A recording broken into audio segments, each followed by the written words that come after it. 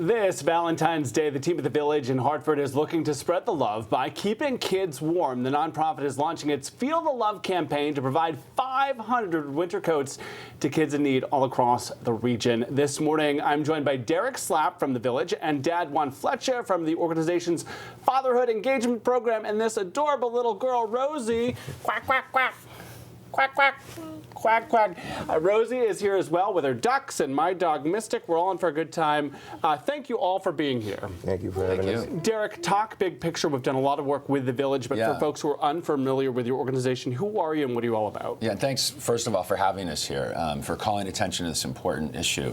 We are the Village, really one of the largest mental health providers in the state of Connecticut. So we provide mental health services for thousands and thousands of children and families all across really the greater Hartford area. And we know that you can't have good mental health if you're hungry, and you can't have great mental health if you're cold. And there's so much need out there right now. The food banks are empty at a lot of the schools, and it's going to be a very, very snowy winter, as we know, in the next couple weeks. So there's big need out there, and that's where the Village wants to appeal to people to say, please, can you help us help the families that we serve? And we'll get more to the coats in just a minute, but Juan, I am so grateful you're here. I've said oftentimes it's a mom on this couch advocating for a little one, which is beautiful, but you are here as a dad.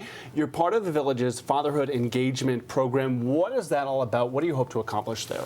Hope the account, just like a fisherman of men. I like bringing men involved because we are nothing but a brotherhood, and we work with a lot of men, and like we always talk about is the men of the past is so different now that we have more technology, more groups, and a lot of things that we can engage to be better fathers, and that's our goal. And we are collecting resources to get coats for little ones exactly like your little girl, Rosie. Tell me about her and what you love so much. Well, she's just so beautiful. She's smart. Has a beautiful heart, and I know there's a lot of kids out there that are just like her that need the support, and the help from our community. What you can't see is that Rosie sees herself on the monitors. How's my puppy doing? Can you say hi, puppy?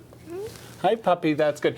Derek, let's talk about these coats here. Yeah. I know it's more advantageous that somebody make a financial contribution than the actual coat because there's a lot of power in the dollar. But what are you trying to achieve on this front specifically with this campaign? Right. So 500 coats in the next few weeks. And as you mentioned, Keith, ideally we'll have people go to thevillage.org. So it's one word, thevillage.org. And there's featured prominently a give button, and you can give $5, $10, $20, whatever it is.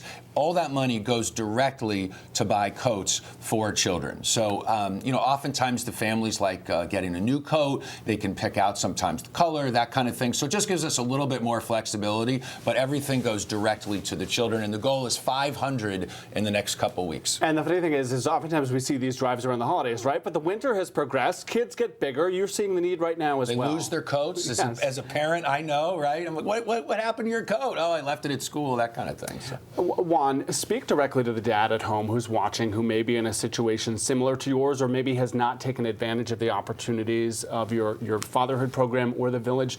What's your message if a dad is out there and needs the help? Don't be afraid to come to the Village. We're a brotherhood. We don't judge people. I was one that I was kind of skeptical to be even a part of it.